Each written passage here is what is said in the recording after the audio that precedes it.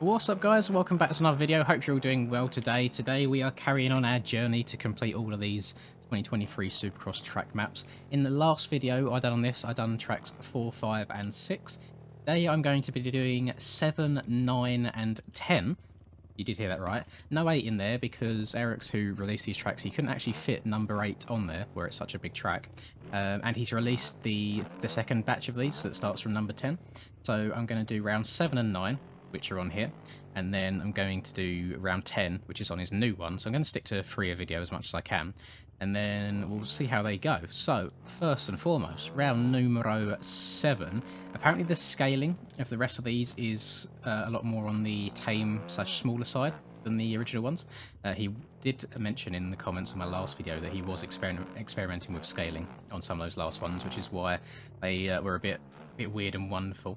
So this is all meant to be a bit more tame, and apparently on the other release, so tracks 10 through to 17, a lot of the, let's say, quote-unquote big lines, they are actually hittable on a 250. I'm going to stay on the 450 just because I need it for the Supercross practice, but oh my goodness. But just to let you know what to expect, the scaling is much better. Is it this? I mean, I did say before, and I think in the last video, that I've not paid much attention to the actual track maps or had a look on the Supercross Live website at them, but a lot of these jumps, or these tracks, they seem very... See, the layout's quite weird. I can't count how many times you've been going across the start straight over and over again. But then there's a lot of corners or little jumps where it's just like, just a double, and that's it. Double into a corner turn, double into another corner turn. I'm so tempted to go and quad that out of the finish line, but I just feel like I'm going to wad myself and end up going over the bars and over the berm. Oh well. Right. Dragon's back. Step on, step off, triple. That's a really flowy section. I like that. That one's good. Then whoop section. How are these? They're nice and skimmable, nice and friendly. Love those. Then back onto the start straight again. Slam on the brakes into a tie more than 90 degrees, wherever that is. And this one's a bit technical. We're trying to downside that tabletop well to go back onto the start straight again and another double. Just really weird. I'm not sure who designs all the track layouts. I know obviously Ricky does his Daytona and that's about it, but I'm not sure who does the rest of them. That is strange. Am I meant to be able to double over that? Have a look. Let's do some experimenting. Am I meant to... No, there's no chance, surely. If I jump this, and then is this meant to be like a, not a tie tap, you know, like a little roll. You absorb it, wheel over it. Oh, that's very strange. Not sure about that one, but interesting to see how that plays out. That's the only bit of this track I don't like so far. The rest of it's very nice and flowy, very simple as well. Right, here we go, quad time.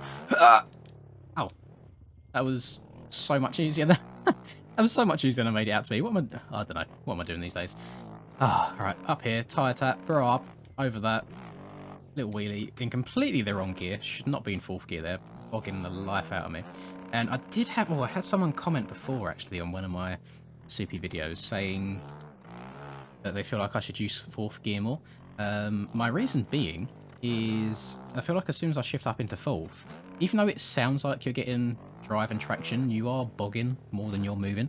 So I think 2nd gear in most of the corners and then 3rd gear, if need be, if it's like a really fast corner, seems to do the job for me. I don't really like going much higher than that.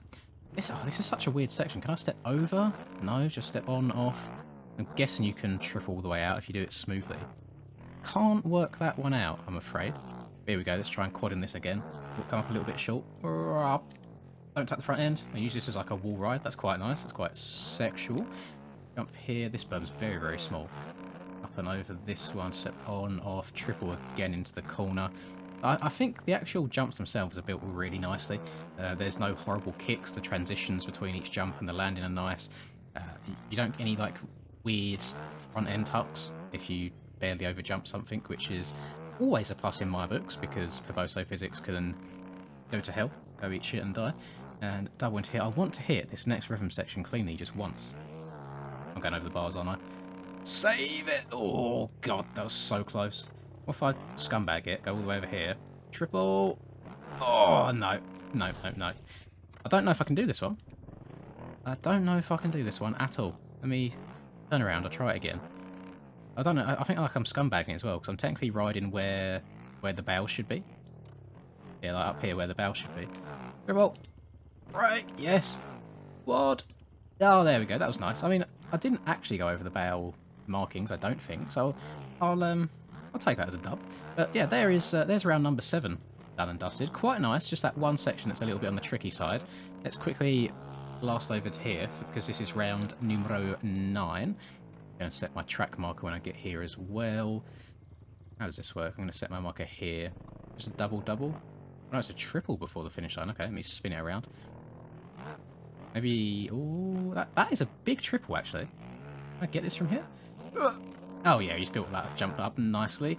So this one already seems very, very stretched out and very wide compared to the other one. Very mellow as well. Jump faces aren't too steep, quite simple. That, again, another interesting section there, going back across the start corner with a roller. Be interesting to see what is the actual line. Is the line that you're meant to do. Go triple. Is that quadable? Oh no, that is a bit too fast to be quadable. So triple, single. And through the old whoop-de-doos. All kinds of head shake going on there. Jesus. Then we got step on, step off. Another double. They're loving their doubles, aren't they, this year? Soupy triple. This one's nice and easy. This is a very, very mellowed out track. Which, oh my god. I don't know what the line is there. I'm going to turn around. I can do it again. Maybe it's a triple. Maybe it's a double. Who knows? But over this. And try and make sure I hit the corner somewhat decently. Let's go second gear. This isn't decently at all. What am I doing? Rop. Oh, that's a stretch. And yeah, triple. Triple's the way. Just got to actually get it cleanly. I think I would advise probably cutting down in the corner a little bit earlier than I did, because then you get more of a lip on the takeoff of a jump. Step on, step off. Yeah, I just don't know what's going on here. I'll send this. I feel like I can downside that. The first jump just feels too big to roll. I don't know.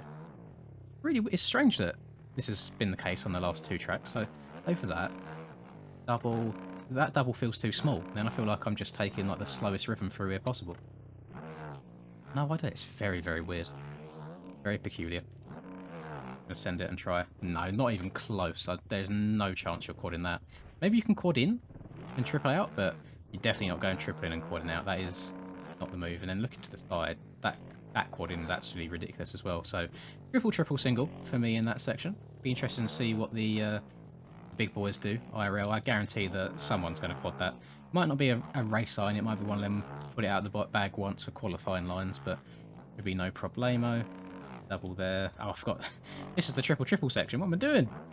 Right, I found that's the issue with these track maps sometimes, is a lot of the jumps end up looking the same, so I forget where I am on the track. Right, I'm going to try and absolutely send the jump off this on-off this time and see if I can downside anything. No, I'm not. Never mind. Ignore me. You heard nothing. You saw nothing. You will remove that from your memory. And step over, double. No, I don't know. Can't work out what's fast. Triple again. Soak her up a little bit. Stay nice and low. There we go. Lovely. I like how easy the whoops are. It's nice not having to worry about them, not having to stress about hitting them absolutely perfect. So up and over. Step off there. And this one's huge. Just go up. And second gear, I want to try tripling out of this corner. Up, down a little bit. Oh, didn't get enough leap on that whatsoever. Bloody hell. This is, the big lines on this track, very difficult to hit. The normal lines, very easy, very nice. So it's a weird one. I think it's just where the jumps are spaced out so far that if you do want to go that one jump further, it is absolutely insane to try and go that one further. Right, here we go. Send it. Oh, back brake. Over that. And then it just kind of leads you into nothing. It leads you into the face of the on-off. So, I don't know. Very, very strange track, that one. But that's round 7 done and round 9 done. Let's go and do round 10, which will be the third and final one of this video. Okie dokies, here we go. Round 10. And I won't lie. Salt Lake behind me. I'm very, very excited to do that one at some point. It looks so, so good. And I'm always a fan of the more outdoorsy style ones, the long tracks. So this is around 10 right here. Let me set myself a track marker in case things go absolutely tits up. And let's get it done. Let's see how it goes. So I've been told good things about these ones over here. I've been told the scaling's really nice. So let's see. First, straight off the bat, corners and jumps seem huge. Oh, I always do that. I've got it built into me now that if I'm coming out of a 180 turn in Supercross, I just have to send it. And most of the time, it ends up being just like a double into a whoop section or something, and it goes very, very pear-shaped. So, oh, this is another one of them tracks. Look how many times we're going back and forth across the start straight. So crazy to me. Especially if something goes wrong on lap 1, you just never know what's going to happen. I can't see, a lot of these track designs, I cannot see them staying that way for the actual races. I mean, you know, we're jumping over the first corner as well. We've gone back over it like 4 different times. I don't get it. I don't know. What are the people smoking when they design the tracks and shit? I suppose they got to try and keep innovating, haven't they, and try and make him weird and wonderful things. More so for the spectators than anything else. I'm sure the riders probably bloody hate it. I suppose they also need to find a way where... I can't remember who mentioned it. I think it was on one of the actual race streams. I think it was one of the commentators, where the 450s these days are so powerful and they can just hit quads and jump entire rhythm sections in 2 jumps. It's very hard for the track people to make tracks that are longer than like the 40-second mark. Because I remember back in the day, I mean, I'm talking not from real life because I can't actually remember that. I'm talking from like sim related stuff. I used to play that 2015, 2016. And lap times would be up closer towards like a minute or so. And now all the tracks these days, they all seem to be around about 40 seconds. And in my opinion, that's just too short, even for a Supercross track. I think lap times should have to be around about a minute or so, which is why I do prefer the long outdoor tracks. What do you call it? They're not stadium tracks, are they? They're... Oh, you know what I mean. What are they called? I don't know. It's going to piss me off. I'm not American. I don't know all the terminology. But yeah, the tracks that basically go round, or the in-grounds of a racecourse where it's really really long and stretched out. Oh, that was sick. Shame that I couldn't survive the simple part of riding away, but I survived the backflip itself. And I was at this rim section I'm in right here. I hit that first time, absolutely perfect, and it was so nice. But of course, the second time, when I should be hitting it better, I completely wadded myself. Dragon's back here is very mellow. Back onto a start straight for a 17th time. Back across the start straight again. Over the finish line, up, scrub, thrower sideways. All of the jumps on this track, they don't send you really high, but they send you far. Very fast one. Notice he's built up that berm there as well, just past the outside of the track map bales, probably to give you a little bit more of a slingshot through the next straight. And we're jumping back across the start straight right here. Oh, soak that up. There we go. Not a smooth transition from flat to berm there, but you're not really meant to be riding up on the start of a berm anyway, are you? There's meant to be bales and collisions and stuff. Oh, he did say, I noticed over there, the Salt Lake City round, the massive track in the middle, does have bales, but they are non-collidable, which are my favourite. I don't mind when bales have slight collisions to slow you down. It's like the 20... If anybody remembers the bales from the 2021 Aerial Supercross season, it was just like hitting a cinder block. You know, you'd hit them and you would go over the bars every single time, which is realistic. But also remember, it is a video game.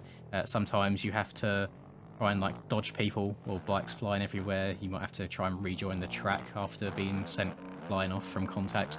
So you've always got to have a little bit of leeway, in my opinion. So I prefer having bales that have collisions, but a very slight one, so it will slow you down. But if you know that you're going to be hitting into it, you can kind of brace yourself for impact and like pre-lean back and not get sent over the bars like the 2021 ones.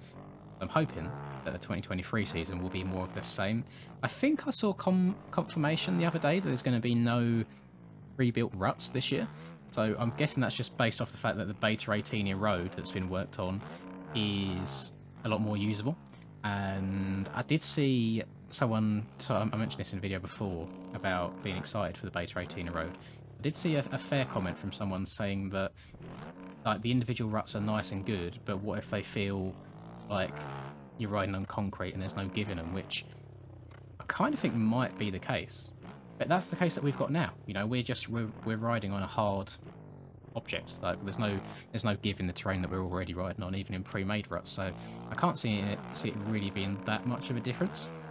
It'll just be nice if my biggest thing is if they form smoothly, because the last thing I want, especially in Supercross, is to have ruts forming and they've got like jagged triangles in them where the game's built on OpenGL and it can't handle it. So I'm going to cross my fingers and hope it goes well, because oddly enough, so the last 2 rounds of last round and the qualifying track from Aerial, they Obviously, the road used was slightly different. The soil and layers and stuff, and but all behind the scenes when the track's being built was different. So the actual road itself, I think, was really, really good. You then get left with them really horrible, just like death holes that appear out of nowhere. They're really jagged ones that, if your front wheel touches, you just get ejected. And it seems like they just suddenly appear from one lap to another. You know, so like you'll hit one line, one lap, absolutely fine, no problem. Hit the same one the next lap round, and all of a sudden there's just this massive trench that's appeared out of nowhere that spits you off the bike. And it's very hard to predict. But I like them in a sense that you have to change your line. I just hate them that it takes a massive crash out of nowhere that you can't really avoid to tell you to change line. It'd be nice if it's a little bit more progressive and you could feel it come into play like slowly each lap, which I'm hoping what Beta 18 will provide. This track here, round number 10, it's nothing special. You know, the track layout itself is fairly simple. Is there actually? I don't think there is a standard Supercross triple anywhere on this track. Thinking about it, which I don't know if that's ever happened before. I'm not sure. You guys, I mean, you guys are all a lot more knowledgeable than me. You can let me know. Or, oh, hang on, is this the one right here that I've completely forgotten about? No, it's a double. So I'm guessing that might be the size of one of the triples, but it's a massive double instead. That must be scary as hell to jump in real life. Imagine coming up a little bit short on that. Jesus, yeah, I can't see them keeping a lot of these track designs as they are. They are very out there. That's all I can say. And yeah, God knows what they were smoking when they made most of these. You can see right here, going through this rhythm section now, I'm in second gear, actually, not third. And I went through it in fourth a few laps ago and did not get the speed or the run up that I would need to get over the second triple. So don't doubt your boy. He knows what he's on about. Sometimes, not all the time. Sometimes I'm very, very wrong, which I do apologise for. But I think that's going to conclude this video. 3 very solid tracks there. Definitely better than, I think it was round 6 that I'd done in the last video on these, because I did not enjoy round 6 whatsoever. But this, very good, very nice. Borat would give a high five and a thumbs up. So thank you very much, Eric, for making these for us, and I will continue doing this in the next video that I do, and I'll bring you another one, two... Oh, it's actually going to be a toughie, because we've got the big boy over there. We'll see. I'll see. I'll play it by ear. Thank you for watching. If you enjoyed, please do drop a like and subscribe to the channel if you're new. Hope you have a lovely rest of the day, whatever it is that you're up to, and until I catch you in the next video. Peace.